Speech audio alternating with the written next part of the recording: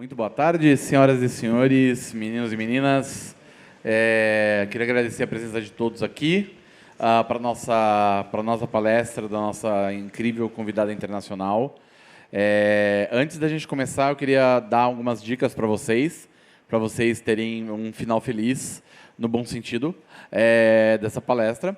A primeira coisa que eu queria pedir para vocês, uma salva de palmas para o time de produção e interpretação, para as nossas intérpretes. Porque sem eles, isso não acontece, vocês não vão entender nada, ou quem entende inglês, a Rosie, essa palestra vai ser feita em língua inglesa, então daqui a pouco eu vou virar na minha chavinha. A segunda dica para vocês é: baixem o jogo Shadow's Edge. Isso vai ser muito importante no final da palestra. É muito importante que vocês tenham esse jogo baixado no celular de vocês. Quem tiver um smartphone, baixem um jogo chamado Shadow's Edge.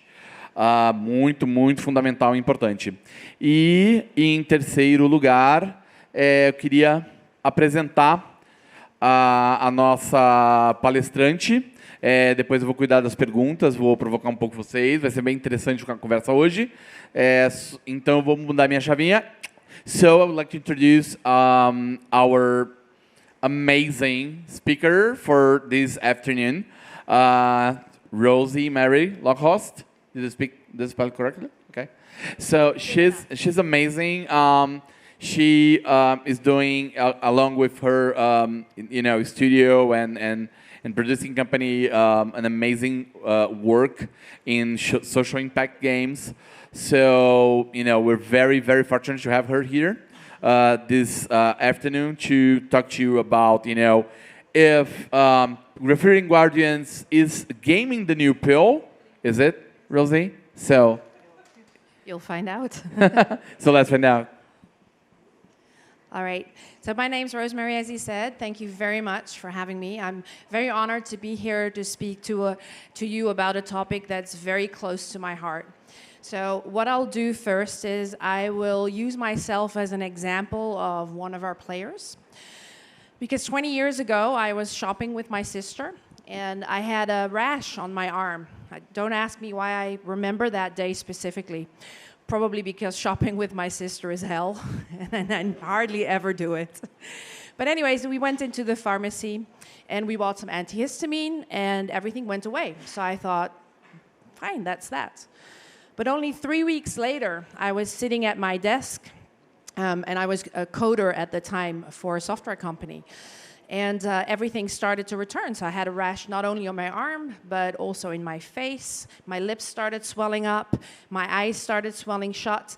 And in the end, my boss had to call an ambulance to deliver me to the hospital. At the hospital, they did various tests. They found nothing. So in the end, they gave me a shot of cortisone, and then they sent me back home. What I didn't know then was that was going to last for more than 2 years. Every day, my skin felt like 1,000 bugs biting me over and over, until I was really ready to just rip my skin off.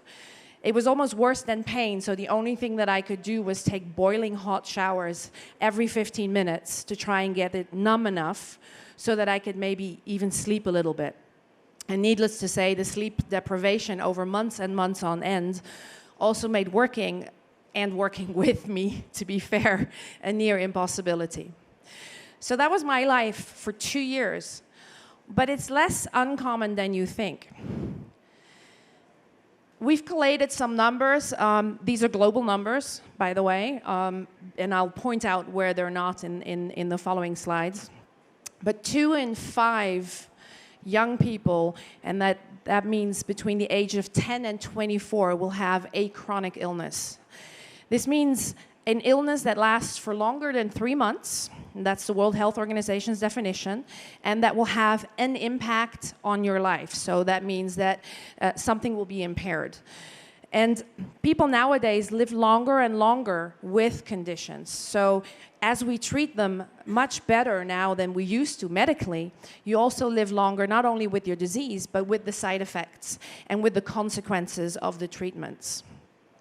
And oftentimes, these then go accompanied by depression because obviously you're in a new situation. And especially if you're an adolescent, you're just trying to find yourself. You're trying to find your spot in life.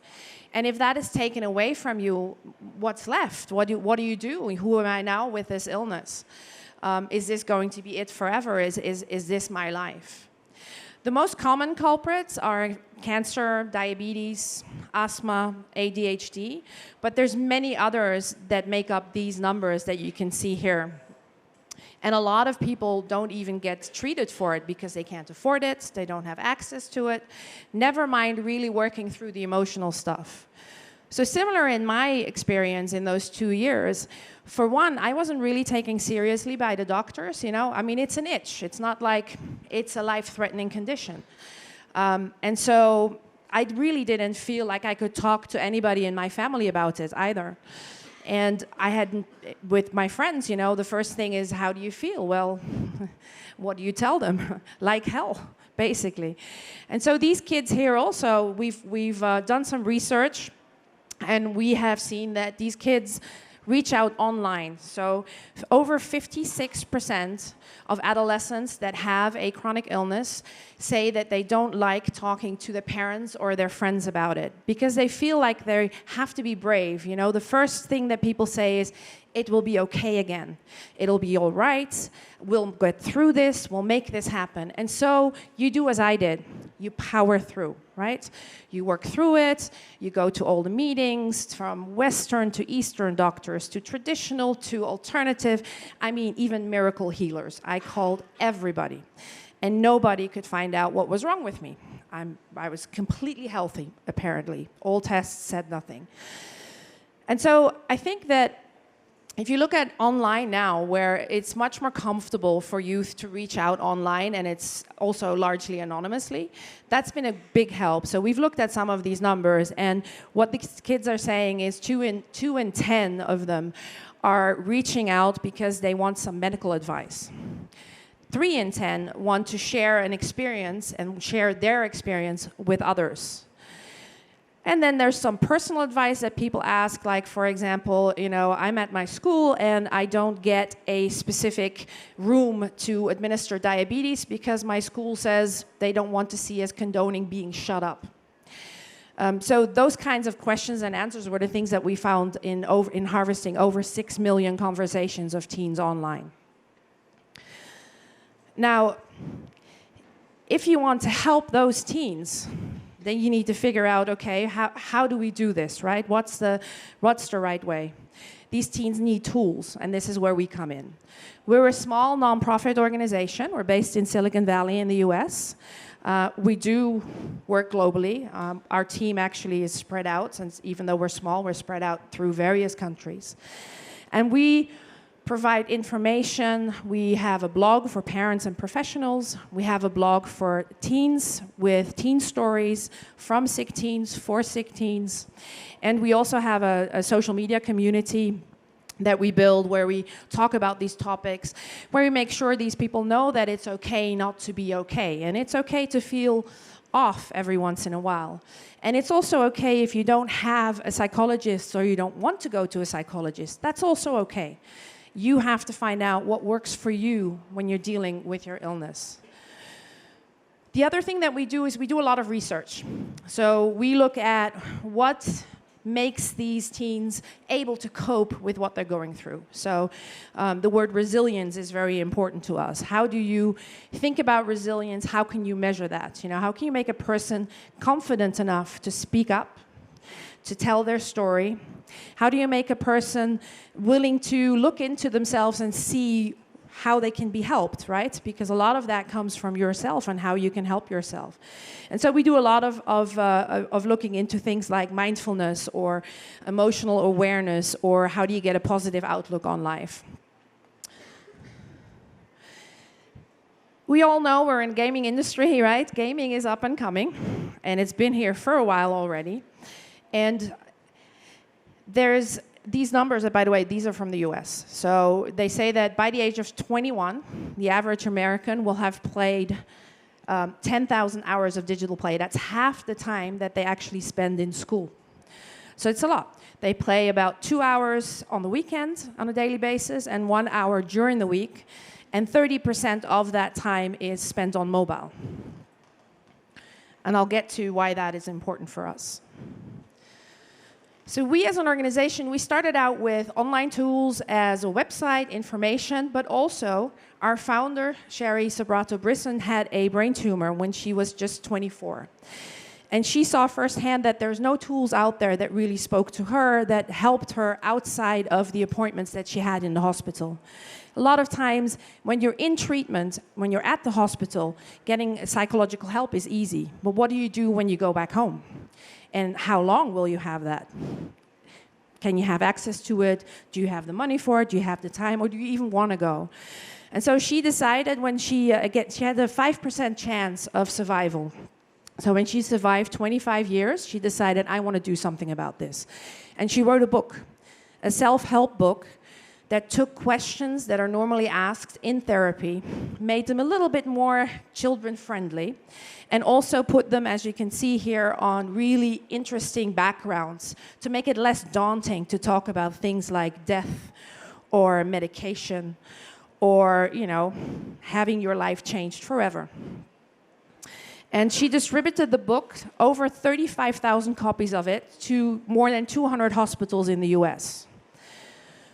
But she was starting to run into a problem because she thought 35,000 copies as a non-profit organization, I mean, it's expensive. It's a thick book. You have to send it everywhere, right? But also, it's a lot to send around. It's a lot of effort, etc. And so she reached out to me and said, Rosie, you're in technology. Your background is tech, so can you help me with this? I want to digitalize this book. And so I said, sure, I'll look into it. So I did some research, I looked up some stuff, and she said, well, here's what I want to do. I want to take this book, and I want to just make it digital, like a PDF book, like an e-reader, or maybe an audio book.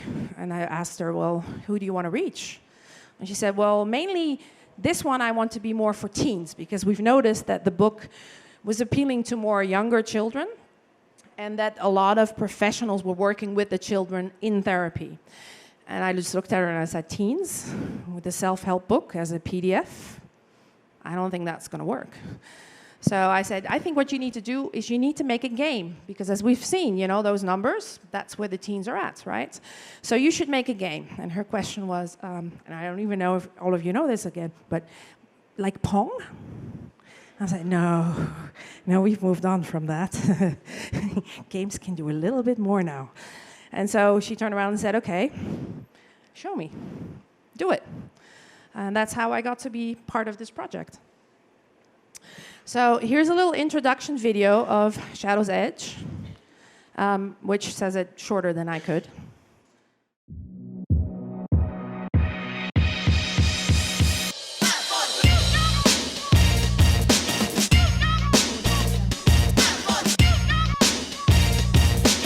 Makes me think of a black period, a dark period in your life, and you're at the edge of it. You want to get out of it, but you're not there yet.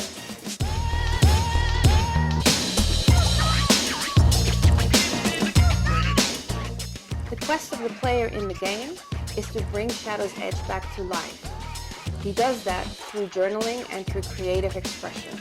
The game is going to ask you some questions, so that you can dig deep and understand what's going on inside. Do I really love myself? What do I want my doctors to know about me? And what am I not saying?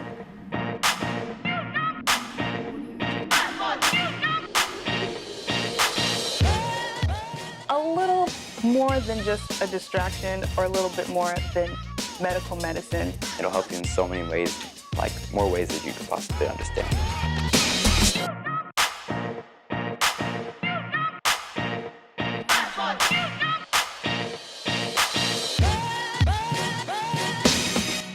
So in the game, you have a quest, obviously. There's a city called Shadow's Edge, and Shadow's Edge has just been hit by a storm. And you have to save it. And the way to do that is to go around town, find the pages of a missing journal, and answer the questions that are on them, much like you would in therapy. Obviously, we've reworded them a little bit from therapists. But from the very start, we worked with psychologists on figuring out not only those questions, but what about the rest? Because there's more to a game. We didn't want to just have a gamified journal. We really wanted to have a game world with characters, with storyline, with mastery, autonomy, everything that is needed, I think, and that shows the potential of how games can help impact. And so we worked with psychologists on the world and what that looks like. We looked at the levels that we wanted to do. So in the game, you go through 3 levels, and they sort of mimic the journey that you're on when you have an illness. The first one is disruption. A disruption, something just happened, right? You've just been diagnosed, for example, or you had an accident. You just found out you had a rash on your arm, and it's more serious than you thought. And that means that something has changed and your world is disrupted. And a lot of times you do as I did. You power through, right? You just do as you did before until that doesn't work anymore. And that's when you enter the second stage, which is disillusionment. And you start giving up. Because what I didn't tell my friends and my family is that I'd been asking doctors, can you just put me down for, a couple of days? I need to sleep. Can you sedate me? And I was actually getting to the point where if they weren't going to do it, I was going to do it because I just couldn't stand it anymore. So disillusionment is sort of a space where sometimes you're optimistic, sometimes you're down, and everything in the game mimics that as well. So in disruption, we have stuff flying around, the storm just happened, everything is dark, everything's depressive, lots of colors, red, gray, and dark. In disillusionment, the dust has settled on the town and things are a little bit lighter, but there's a drizzle, a constant drizzle that never changes.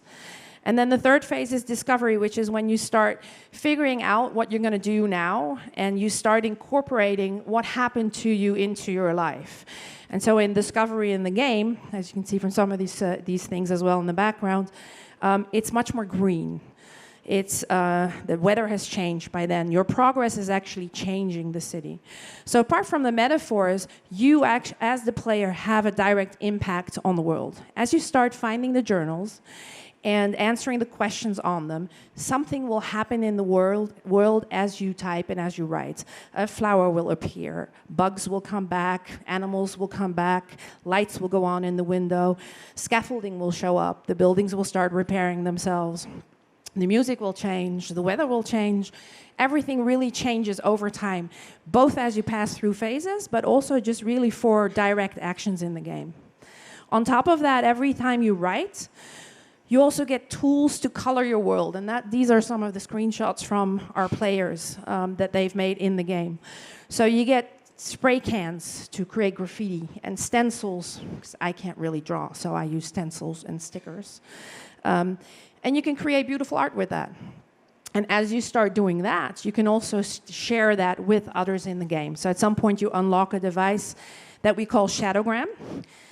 And in Shadowgram, you can take a picture of your world, like here, and then you can put it out to others. And just like you would in an Instagram, you can comment, you can leave messages with it, you can like it, you can put filters on it, etc., etc. And so we, from the first start, not only worked with psychologists, but with teens that had chronic illnesses. The very first drawing of a character, which, by the way, looks nothing now like she did then, they gave us feedback because, who knows what a teen thinks except a teen, right? So we wanted to make sure that we really incorporated what they wanted into the game. We did numerous focus studies, but also testing on-site. We did online surveys, etc. We had more than 800 touch points with the teens during the development of the game. And as they started giving us feedback, they also started sharing with their family and with their friends. And as they started sharing with their family and with their friends, they started telling us, you know what, this really helped me, and it's really nice. And it's not only a serious game, but it's also serious fun. So that was great. We were really happy. But now, we went to hospitals and we said, look, we've got this great tool. It's already helping teens, right? So we want you to also use this. First thing they said, why a game? I don't get it. And so we said, well, think of it as a self-help book. but just in the form of a game. It's basically the same thing. You've been using our book, Digging Deep, for five years almost now, so it's the same thing. And they said, yeah, well, you know, we don't know. I mean, this could go wrong. And said, we don't know what this is like. We have to try this out ourselves. And so we said, well, we still believe in this because we think gaming has a great potential to help people change behavior in a very positive way, because you can experiment without judgment. You can try out things that you then incorporate into your real life. You can be autonomous and in control of where you're going in the game, and hopefully that also comes back. Plus, if you add world, characters, and storyline together, it's a very immersive way of bringing across a message and a story.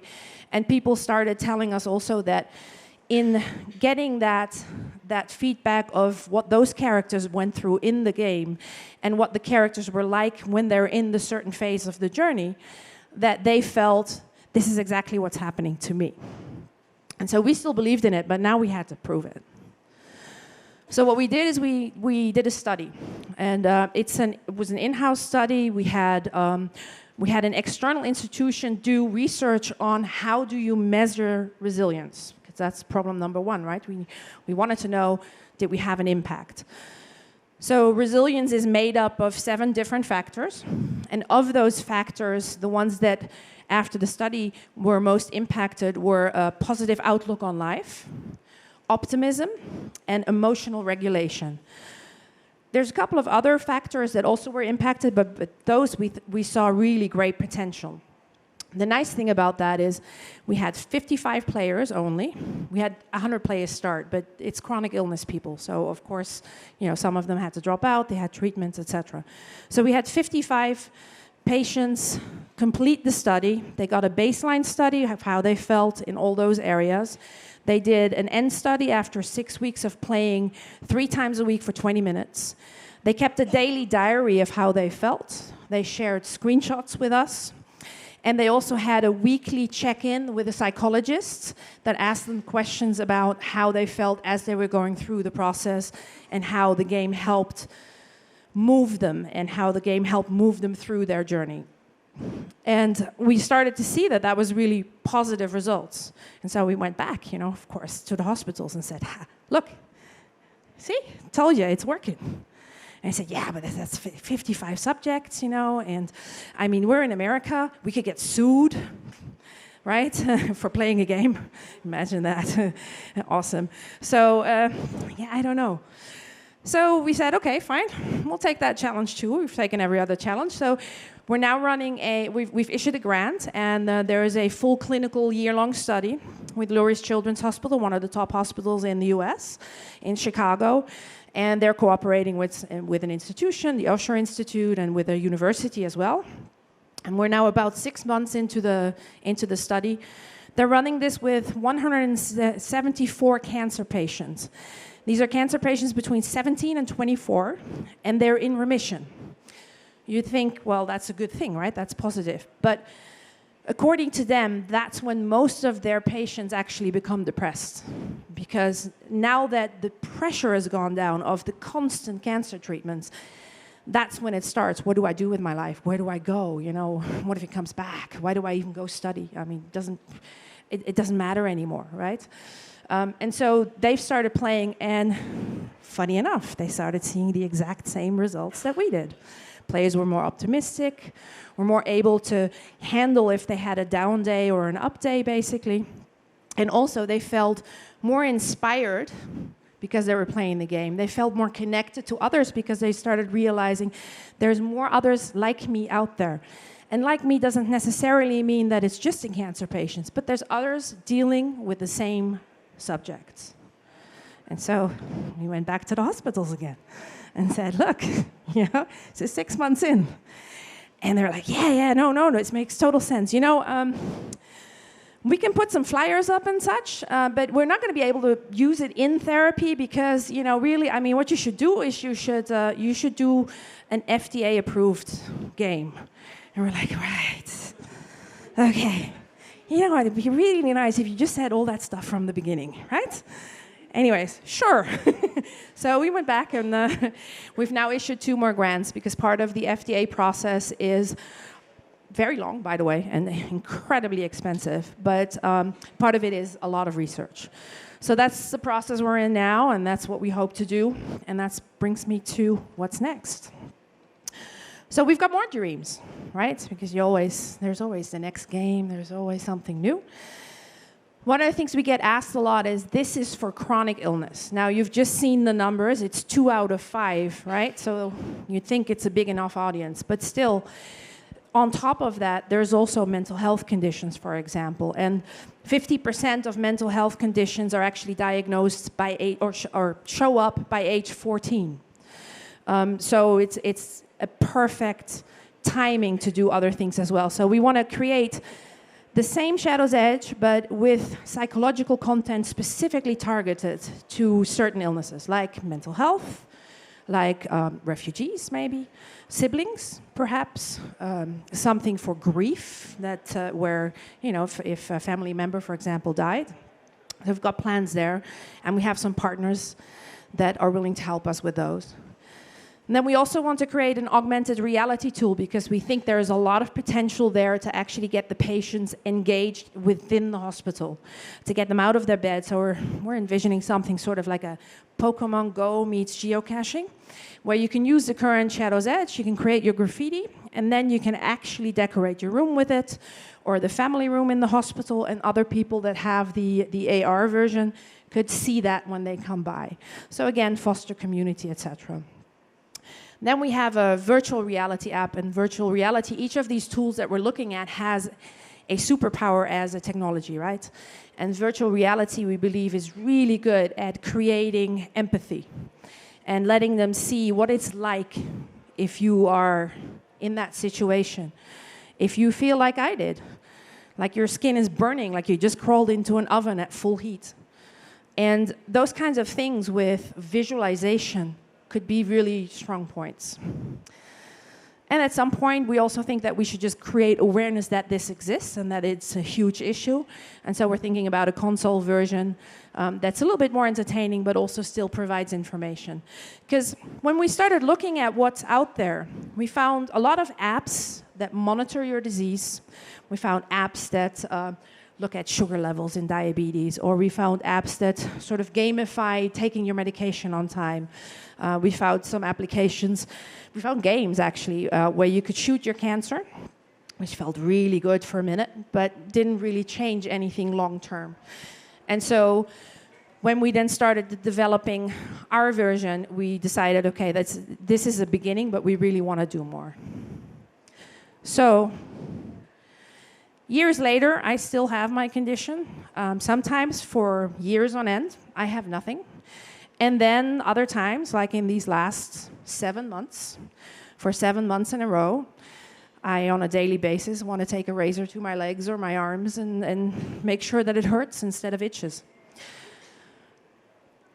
It's not that I set out to create a game because I have a chronic illness, because that's what my business partner did. She had a brain tumor, and this is her baby, her creation, if you will. But when she told me what she was doing, I knew I had to join that quest. And I saw the potential that games have to really make a difference here. So to get back to your question, is gaming the next pill? Can it heal somebody? Of course not. But teens are on mobiles and technology anyway, so why not harness that power of technology, entertainment, and storytelling to meet them on their turf? And we're proving that games can make a difference, that they can give them self-confidence, that they can change behavior, that they can help them communicate with themselves and help them reach out to others. And we've also seen that it enhances the experience of being in a community through gaming. So while we can't heal somebody, we can certainly give them tools to better cope with what they're going through. So yeah, this was my talk, and I'm very happy that I was able to be here. Thank you very much. And please join our community, download it, and give the game to somebody you think might be able to benefit. Thank you.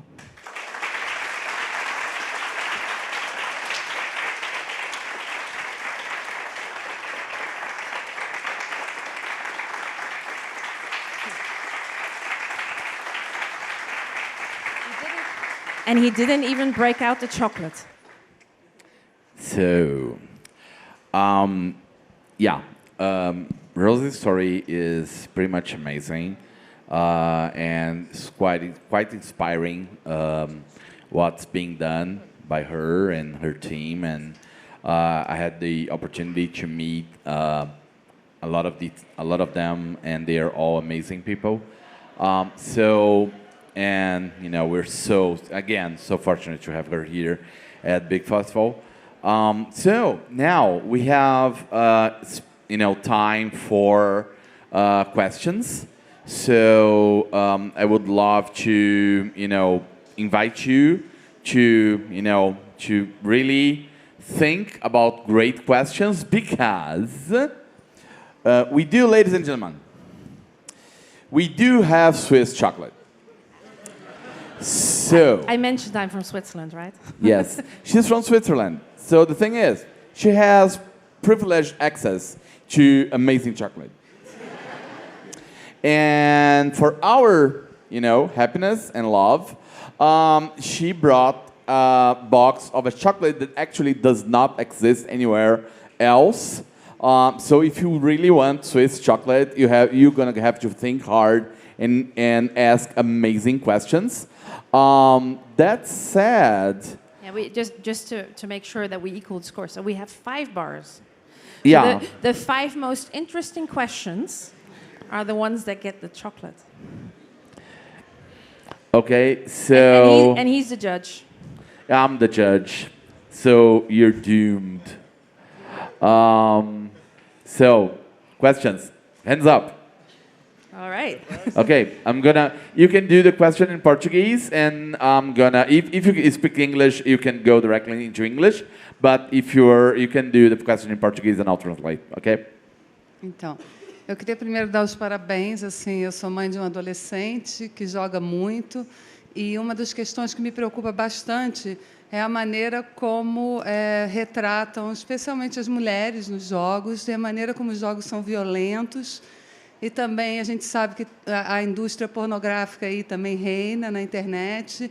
E aí você vê uma iniciativa como a dela, de tirar o chapéu, realmente. Obrigada. Eu queria que ela falasse um pouco sobre isso, sobre essa confiança, né, que o jogo traz, e o meu medo como mãe, né, que assim, que ele conquiste, os pedófilos, por exemplo, né, que conquistem a confiança das crianças através dos jogos, né, especialmente os meninos, eu vejo muito expostos a esse tipo de coisa, e as meninas, por outro lado, tendo que, se gostam de jogar, tem que se mascarar, muitas vezes, com um perfil de menino, e sempre retratadas de uma maneira caricata e não muito positiva, no meu ponto de vista. Queria que ela falasse um pouco sobre isso. Okay, so first, what's your name? Cristina.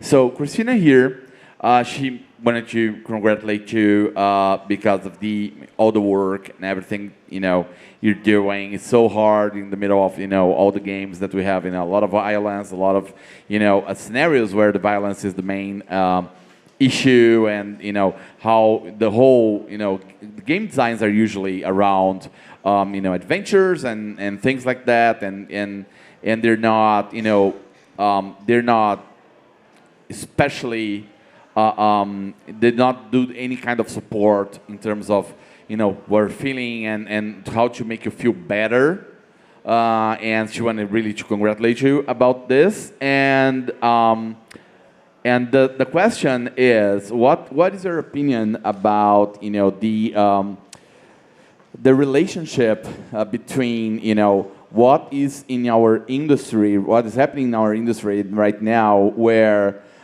gaming is, over-sexualized. There's a lot of the women, projection into games is also, very, oh, okay, it's gonna be okay. So yeah. So it's she wanted to really understand what is your opinion about women's in games, and how how can we improve that and make a safer place for our children to play online with everything that is going on in the internet right now? So, first of all, I think that a lot is already happening. There's so many more games out there now than 10 years ago that have figured some of that out, at least. Of course, yes, there's still stereotypes, but there's still stereotypes in movies. There's stereotypes everywhere. Would I love that to change? Absolutely, and that's part of why we make games, that are a little bit different, right? And somewhere offline, I can tell you the story that I started on yesterday about creating this character and how difficult that is in the US to create any character, because everything is offensive and you have to watch everything. So I think that it's in our hands as game developers to create new role models. People like us. I'm certainly not somebody that's out there as a leader and as a role model. I'm just a normal person making games.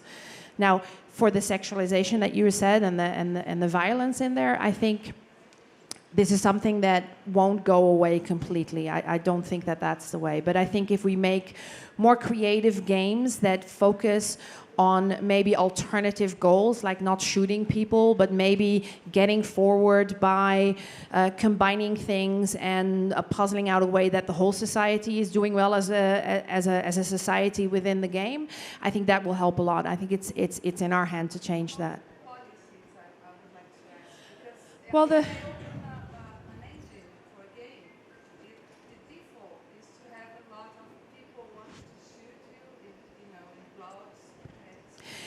yeah, but I mean, what impressed me was there's a guy called Rokhorst, and he had a nice little book when I started out in gaming, which was only a few years ago, and what impressed me was what he said. It's the mechanics, the quest, and what you do with the game is what is important. Now, of course, at the moment, we have our tools still, right? And the tool, as you say, if you open Unity or you open a character program, the default is there.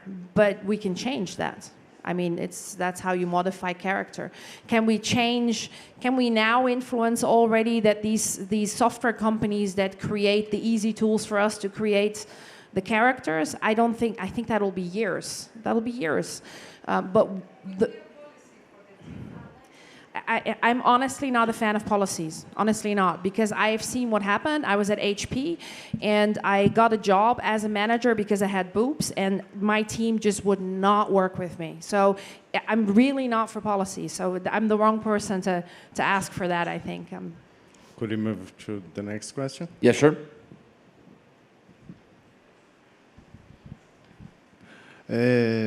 Boa tarde, meu nome é Leonardo.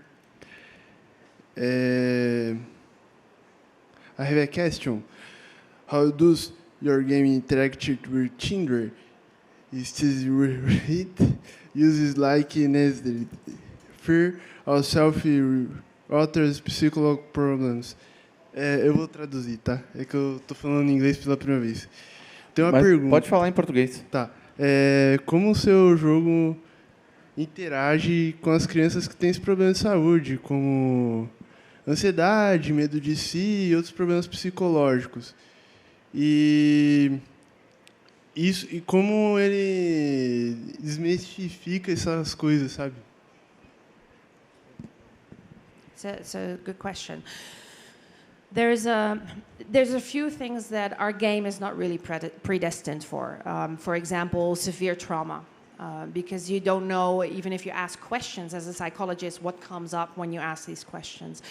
But specifically anxiety, which is a lot of times an early phase of getting into a more serious mental condition, is something that lends itself well to this, because the way that the psychologists have put the questions together is what you would get in therapy, but it's at your pace, under your control, at your speed when you answer what. And they're formulated in a very friendly way and very calm way, if you will. So that combined with also the therapeutic part of creating art is actually helping for anxiety specifically. We've had a lot of patients with anxiety that reacted very, very well to the game.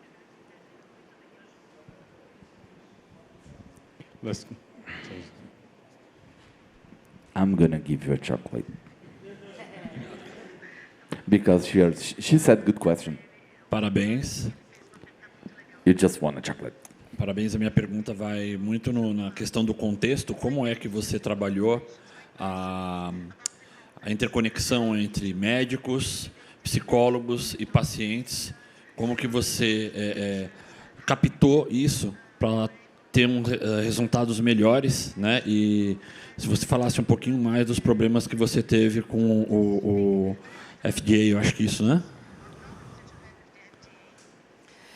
So we're not in the FDA process yet, right? So we're still in the pre-stages of getting some things done so that you can even start with the whole process. But to your question about how to work with the psychologists, etc., we were very fortunate. For one, our founder, Sherry Sobrato, has studied psychology and worked with kids and teens for a long time. That's how she was able to write the book also.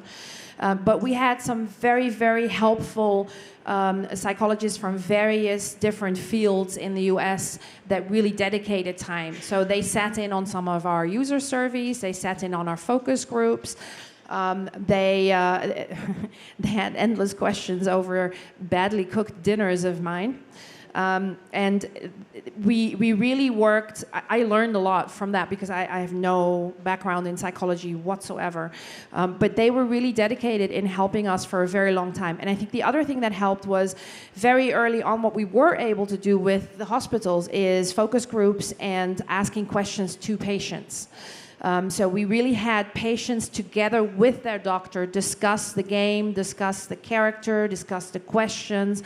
We also, for every question that the psychologists put together, we then went back to the teens and said, okay, they said this, but how does this work for you? You know, is it helping? And we made sure that we had more than 100 answers to every single question if that was relatable for the teen that had a specific illness. And those were through the board. I mean, we had everything from amputated limbs to cancer to cystic fibrosis, anxiety, depression, clinical depression. We had a lot of different ones. So when we knew that a certain percentage of the questions spoke to everybody, we knew, okay, this is good, not just psychologically solid, but this question actually resonates. And the other thing that I would say also is we've been very grateful. You saw these video with our patients. Those are some of our beta testers that went through the study. One has cancer, one has diabetes, the third one has severe depression, and that's no secret. They've also written blogs for us. So we were very lucky with both the psychologists and the teens that they worked with us in the process and were willing to actually outside share to others how the game had helped them, and that helped a lot. But I can also tell you, I mean, it was an immense amount of hours on our side and our team, and we minimized the impact on the developers. But our team, our core team from the foundation, it was horrific for a year.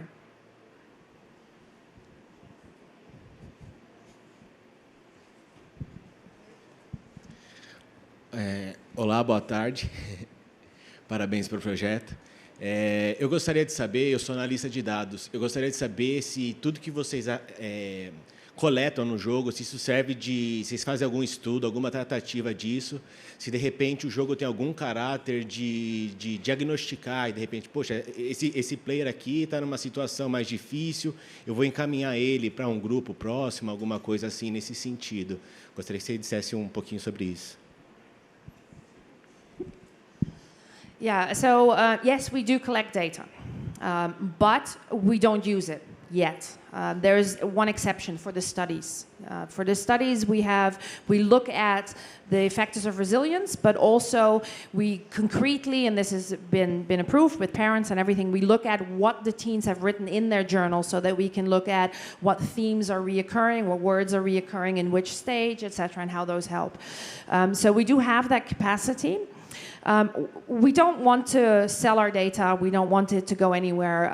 What we see in the future maybe that we can do with AI, for example, is figure out certain things like if we have at the moment we have 5,000 players. So if we have like 10, 20,000 players and we start to have some data, do we see that 80% of them say the word sad, for example, those types of things. But we really want to keep it anonymized because what you have to understand is this is people's diaries. You know, this is me on a bad day saying, screw this world, right? And we don't want to interfere with that. This is it's a trust that they give us. So to your second question, which goes into that, what we do monitor is everything that is shared on our in-game platform Shadowgram. We do monitor that. We've got people monitoring it. We also have an algorithm looking at it. Now, if there's a penis drawing on the wall, I mean, for Christ's sake, it's graffiti, right? So that's fine. But we do monitor for like backlinks to things or advertisement, or you never know, something might sneak in, or like if there's non-positive comments in the drawings, those kinds of things. So that part we do look at, and we also analyze, how often does that come. And I say this specifically because we had an incident around Christmas last year where the same player posted three different things. And at those three, we then had the alarm clock going with, oh, hold on, there's something wrong here. And in that case, we did reach out. We reached out through email. We gave them links to some support groups, and unfortunately we can't see. They didn't reply. I mean, teens never reply to email. I can tell you that. So it's a tricky thing. But we did see other drawings in Shadowgram afterwards. So we do have that option. We also for the players that were in our beta studies, we had some cases where we shared information with their parents depending on what the condition was that they had. So one had a mild form of Asperger's, for example, and then we shared that data with the parents so that they could make sure that everything was all right. How do you deal with toxic in the community? It's complicated even for big companies like Riot, and in the case when you're in a low place already, if you have to do with toxic, it can be really disastrous. It's surprising, actually. We've not had one case at all yet. I think that because of the type of audience we have, that helps, because it's generally people that are in a bad spot and that generally want to help other people. Now, of course, it's not fun if you have cancer and you're diagnosed stage 4 and somebody else is in remission, right? And they post something nice. Obviously, something can happen. But for what we did there in Shadowgram is you cannot actually really by words comment. You can only give positive feedbacks in different like little emoticons with so helpful, or here's a hug, or been there, done that, or never mind. Or you can paint something, right? And then post that. That helps a lot. Hi, I would like you to explain a little bit how was it to combine the fun factor with the mental support. I imagine it was a little bit harder to do that. Yeah, it's I think that's a chocolate question. It's a new question. It's a Never had that question before. Really good. So firstly, I can say I've been in tech for 25 years. I have never in my life cried as much as on this project. And, it's been heartbreaking to see some of these players' stories and what they go through. It's heartbreaking to see stuff on Shadowgram saying at Christmas, illness doesn't take a holiday, that kind of stuff. So we've constantly had to figure out how do we have not only our content, like the characters and everything, but also content from our players that's sometimes very positive and very, very negative. And how do we actually make sure that it still fits in the same world, right? So I think the way that we solved this was with the levels and the stages they're in, they actually match how you go through your journey as you get better. And this actually tends to be, we just see this in painting. So you saw some of those screenshots. We tend to find that the more negative postings, like somebody posted something about my illness may not be visible, but it doesn't mean I'm okay. Those types of messages that people write on walls in graffiti tend to be more in disruption and disillusionment, whereas in discovery, people tend to create graffiti that is more positive and looks forward and, is about things like, repeat after me, I can do this, I can do this, I can do this, those types of things. So some of it has really fallen into place itself, if you will. But it's still with the characters, and this is why I said before, the characters look nothing like what they did at the beginning now, and that's part of that, where we wanted the characters to be relatable. So one character, if you do play the game, you'll see she's always depressed. But we also wanted to make sure that we don't make it depressive, right? Because that was the part that we had at the beginning. The feedback was that the world was just too depressive. Nobody wanted to play the game. So I think, again, the contact with the teens helped us a lot. And some of it just solved itself, basically, because of the process. Okay, people. So we have time for one last question. So make sure this is the one that, it's a chocolate question. I'm happy also afterwards outside to answer more questions. No, she's not going to answer anything because, But it's, who do we I'm pick? kidding. Who do we pick? Yeah, she's going to be available. Bom, primeiramente, parabéns pelo projeto. Já acompanhei a palestra das mulheres nos jogos, então a história dela é sensacional e particularmente eu acho que dá força para muitas outras mulheres também que estão entrando nessa área. Referente ao projeto, é um projeto sensacional, mas existem muitas doenças que foram colocadas, desde crônicas, mentais e afins. Como que foi, dentro do desenvolvimento do projeto, conseguir trazer que o projeto abrangesse todas essas diferentes doenças, que são várias, e justamente esse ponto de você atender eles de uma forma que não causasse, digamos assim, um gatilho para aquela pessoa, que o projeto quisesse ajudar e não trouxesse a questão. Porque no projeto de vocês, durante a pesquisa, tem todo o acompanhamento com os psicólogos e tudo mais. Mas a galera que não tem esse acompanhamento e que está fora, qual que foi o cuidado, o processo para prevenir qualquer coisa? Let me say something before. I suffer from a chronic disease. I suffer from chronic Basically, anxiety. everybody that's involved in the project, right? And everybody that's involved suffer from something. And I love that you spoke about emotional triggers, because I have panic, and this is such a key issue. And the game treats that, and expressing yourself is so important. So let me give you a chocolate. This is a chocolate question, ladies and gentlemen. And now, Rosie. So there's certain things we exclude, like I said before. If there's patients, for example, that had very severe accidents or sexual abuse or other things, for example, that's something we exclude. We also exclude medical mental health conditions, such as schizophrenia, etc., just because simply these questions probably won't even apply to them. But in working with the psychologists, we went through...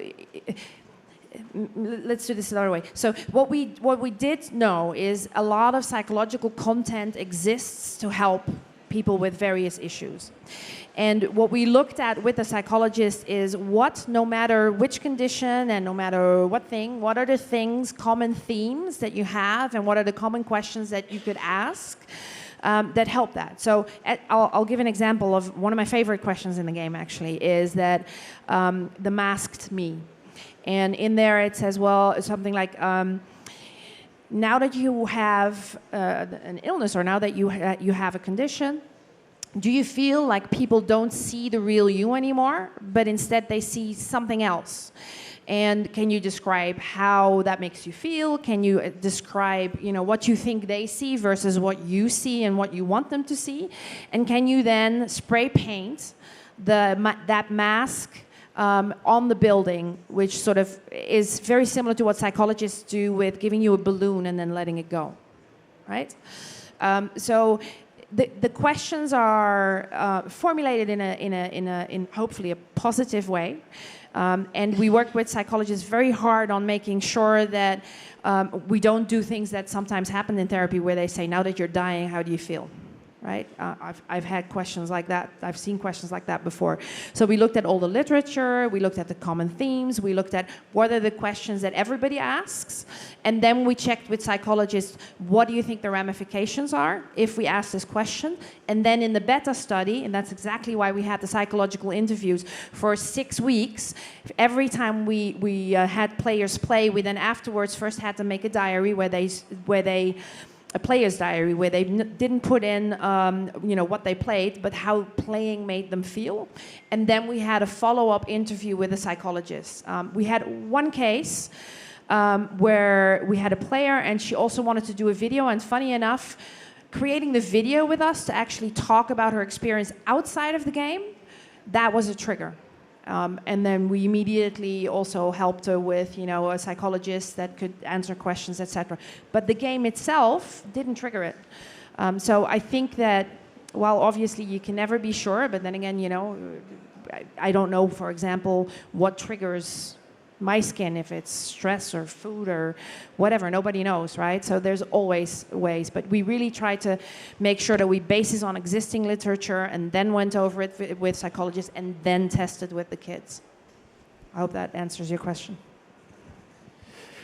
Thank you, everybody, so much for so many questions. I mean, it's really amazing. Thank you.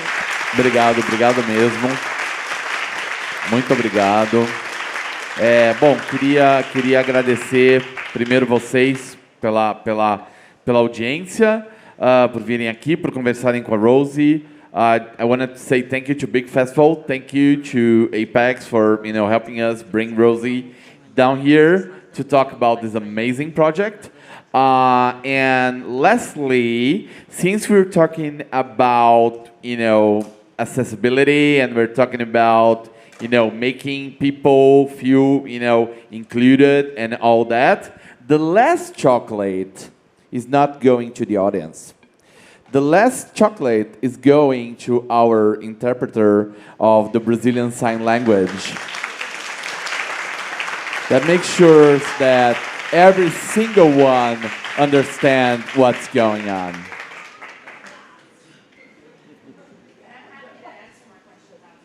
So she's available for more questions outside.